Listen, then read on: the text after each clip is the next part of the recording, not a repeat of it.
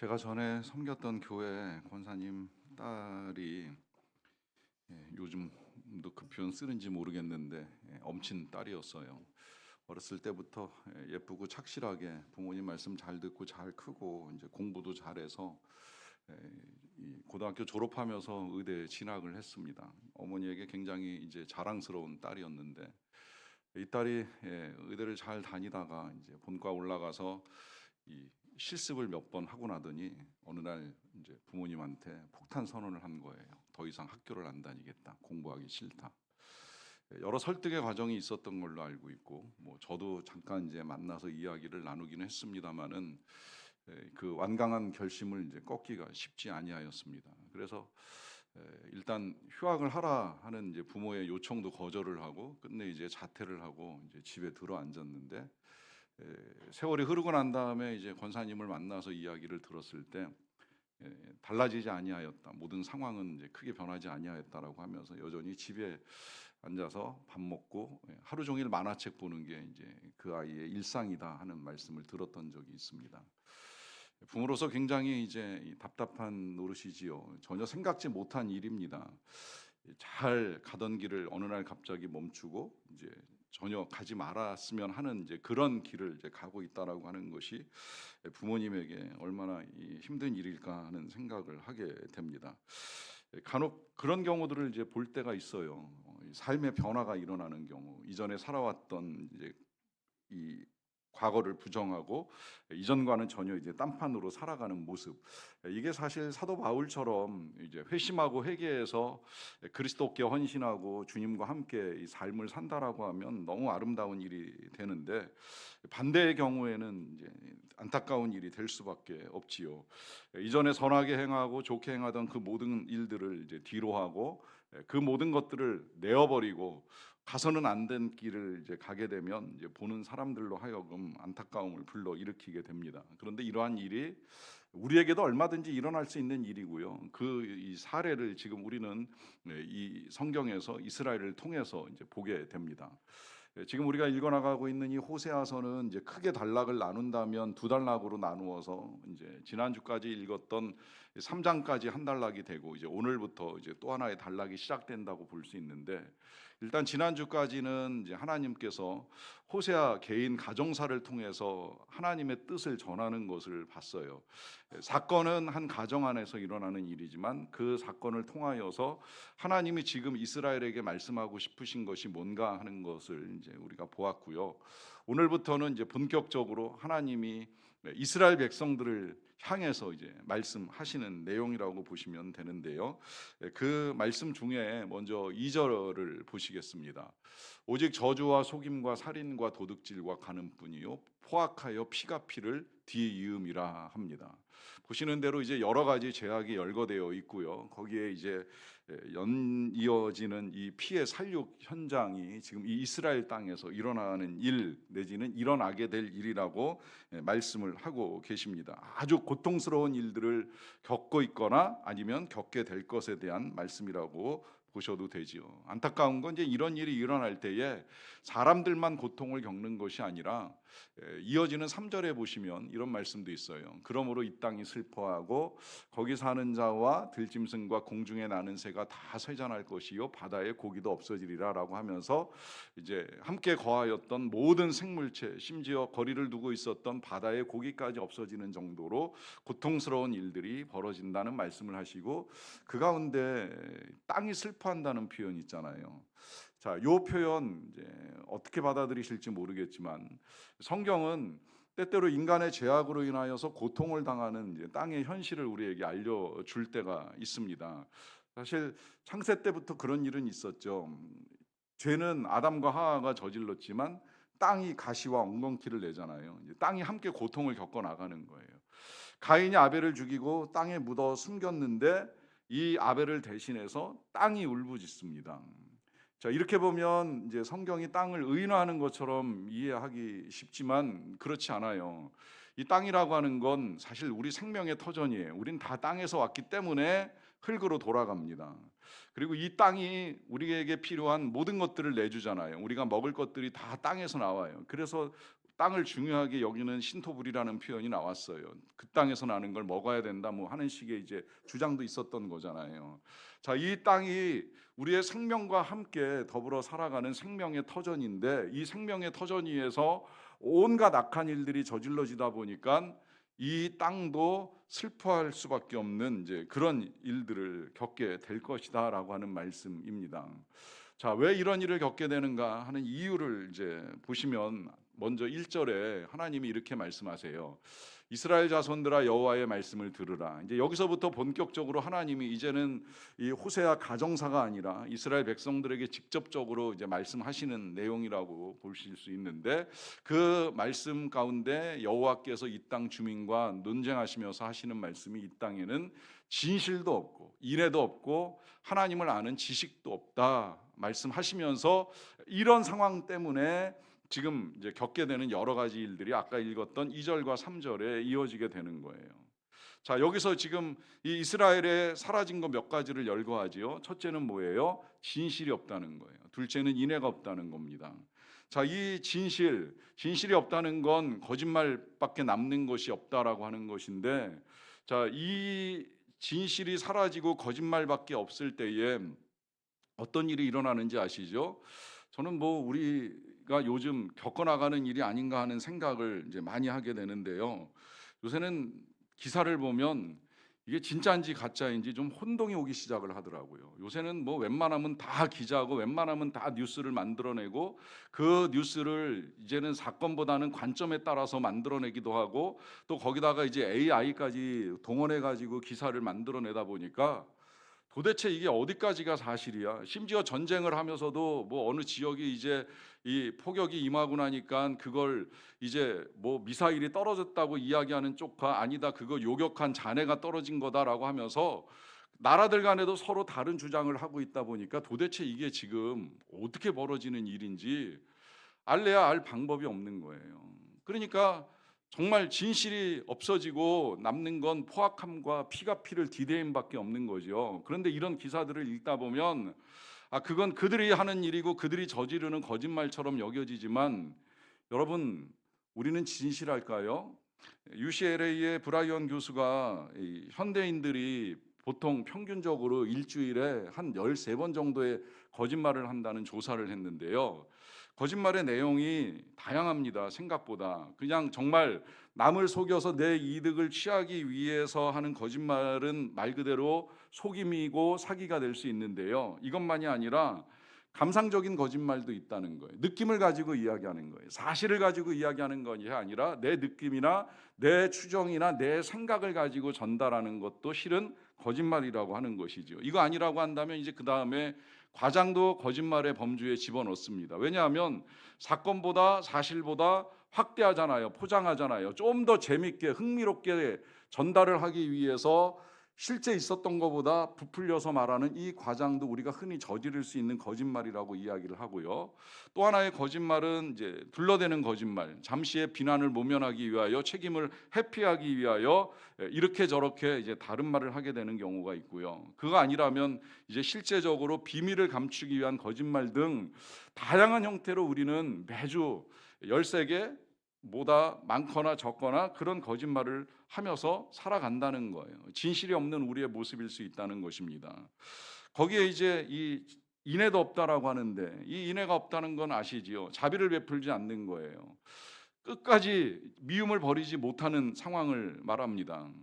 자, 여러분, 우리가 이제 1, 2월 달에 8가지 복에 대한 말씀 나눌 때에 예수님이 하신 말씀 중에 긍휼을 베풀라고 하시는 말씀도 있었죠. 긍휼히 여기는 자는 복이 있나니 저희가 긍휼히 여김을 받을 것임이요라고 하는 말씀을 이제 우리가 함께 나눴는데, 어떠세요? 말씀 나누면서 긍휼이 잘 베풀어지세요?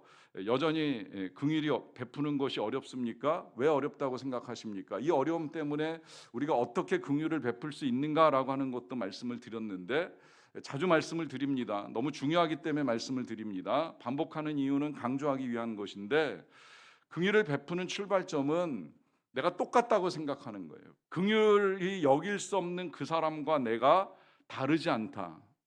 여기서 조금 더 나가면 내가 더하다. 그러니까 그 사람을 불쌍히 여기라 하는 것이 긍휼을 베푸는 원리이고 방법이라고 말씀을 드렸어요. 반문이 생기더라고요. 왜 내가 그 사람하고 똑같습니까? 난 다릅니다. 심지어 내가 어떻게 더할 수가 있습니까? 이건 말이 안 됩니다라고 하는 반문이 있습니다. 여러분 잘 생각을 해보세요.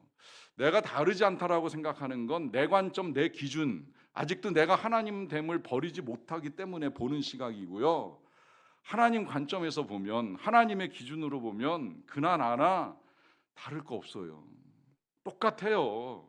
다 죄인인 거예요. 뭐 요만큼 더하고 덜하고의 차이를 가지고 내가 다르다고 생각할 필요 없어요. 아니, 더하다고 말씀드리는 이유가 있습니다. 내가 다르다고 생각하는 그 생각이 교만함이기 때문에 더하다고 말씀을 드리는 거고요. 또 다르다고 한다면 이유가 있어요. 다르게 생각하는 이유. 여러분 잘 생각해 보세요. 그 사람이 왜 미울까요? 미운 이유는 그 사람의 죄악이 노출됐잖아요. 뭐 죄악이 심하게 노출돼서 내가 상처를 받았기 때문에 밉고 그 미운 마음을 정리하기가 어려우니까 긍휼히 여기는 것이 힘들다라고 하는데, 사실 그 사람의 그 행동은 노출되었지만 실은 우리 마음은 숨겨져 있었을 뿐이라는 거예요. 드러나지 않았을 뿐이라고 하는 거죠. 그러니까 우리가 다른 계명 몰라도 11번째 계명 뭔지 아시죠? 들키지 말라는 이 계명 하나 잘 지킨 거 가지고 내가 그하고 다르다고 생각하는 것 뿐이라는 이야기예요. 실은 포장하고 숨기고 가려서 다르다고 생각을 한다면 우리는 또 하나 위선의 죄악을 가지고 있기 때문에 더하면 더했지 덜하지 않다고 생각을 하는 거예요. 그러다 보니까 이런 세상에 진실도 없고 인애도 없게 되는 것이고, 이 진실과 인애가 사라지는 가장 큰 이유는 바로 하나님을 아는 지식도 없기 때문이라 하는 것으로 우리에게 알려줍니다. 자, 그러면 이 하나님을 아는 지식, 이게 굉장히 중요한데 이게 도대체 무슨 말인가라고 했을 때 일단 6절 말씀을 좀 볼게요. 자, 내 백성이 지식이 없음으로 망하는도다.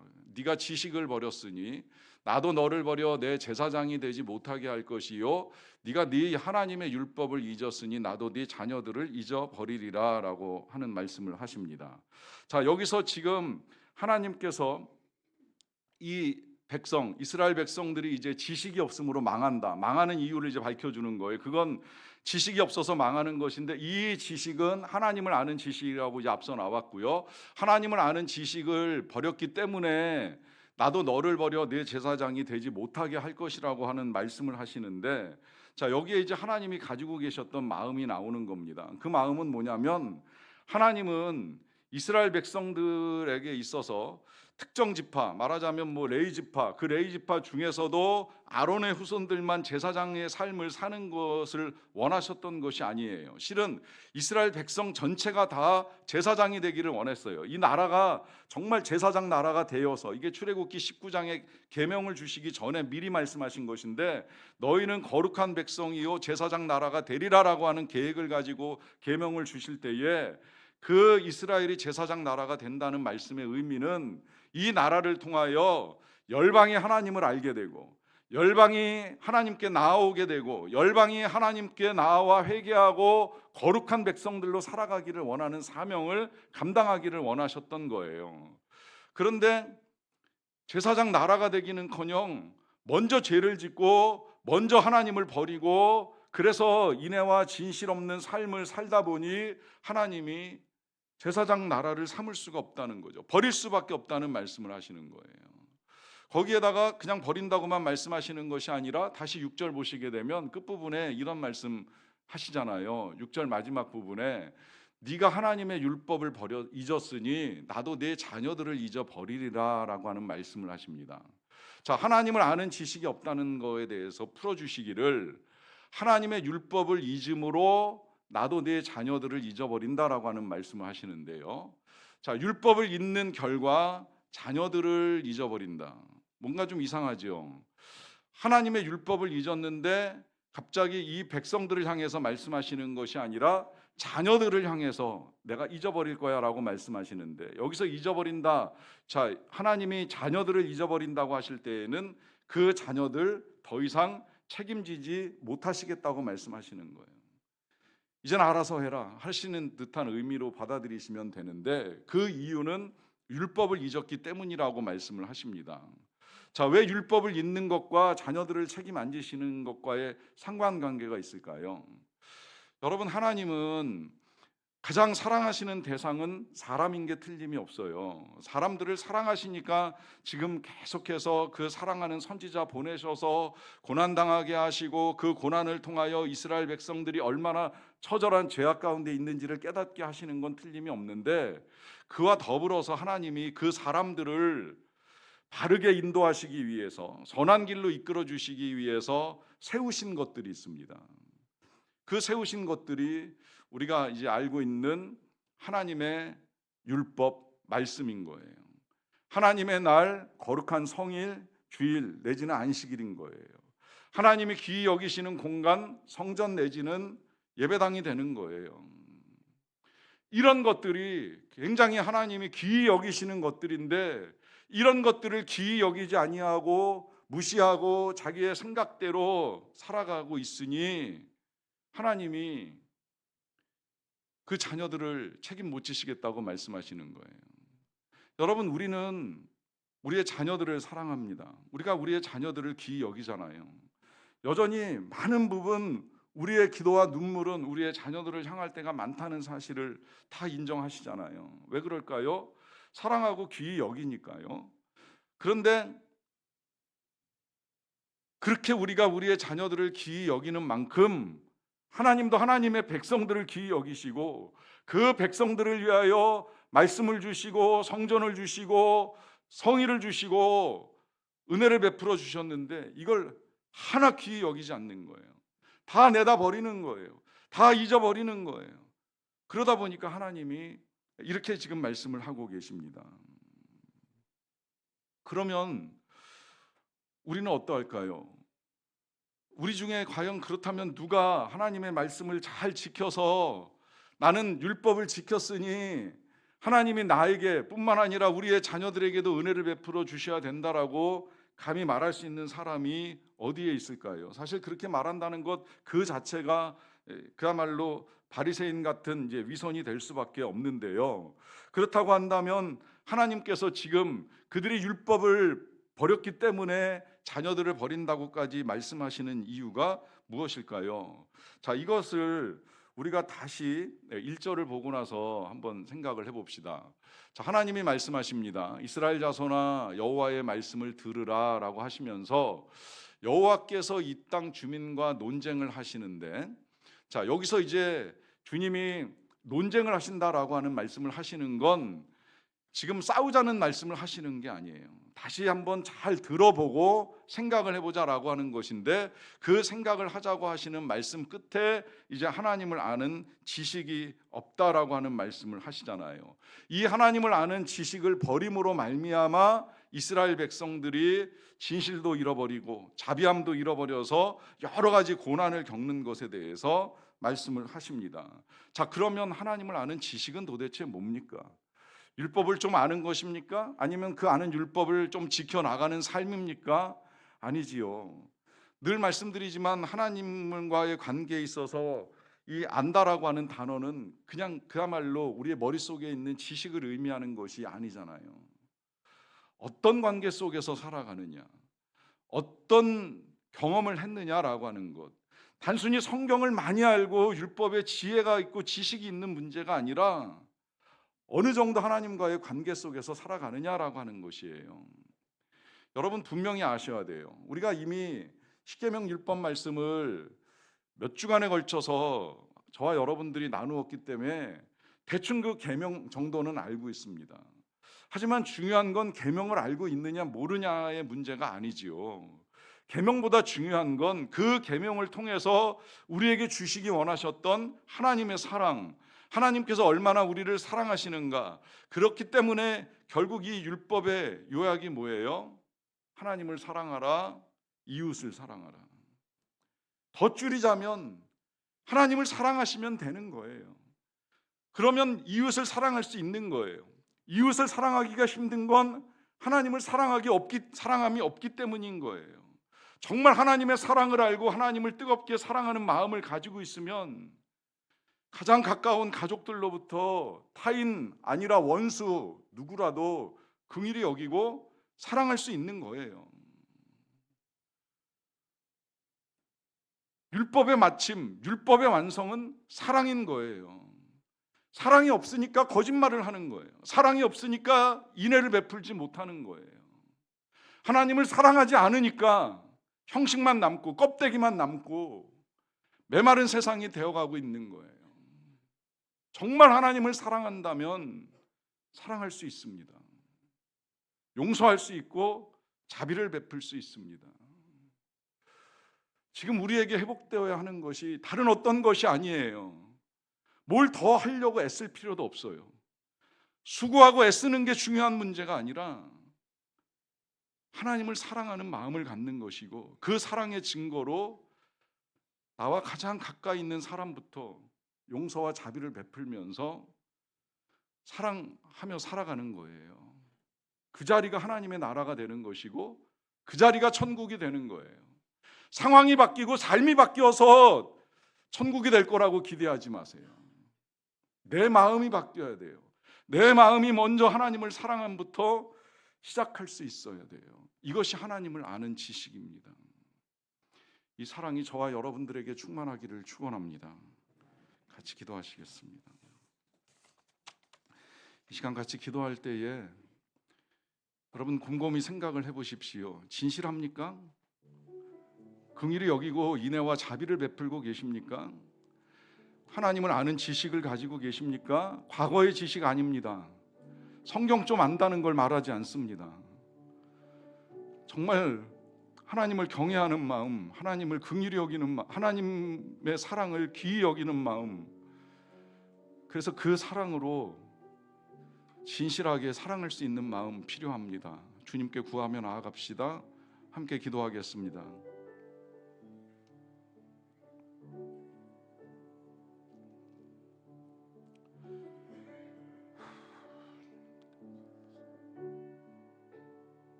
사랑의 아버지 하나님, 우리가 과거의 경험과 지식만을 가지고 하나님을 아는 지식을 가지고 살아왔다고 생각했습니다. 용서하시고 다시 하나님의 사랑을 깨달아 알아 주님을 우리가 사랑하고 또 내 이웃을 내 몸과 같이 사랑하라고 하신 말씀, 그 세 계명을 아름답게 이루어 갈 수 있게 되기를 간절히 원합니다. 예수님의 이름으로 기도하옵나이다. 아멘.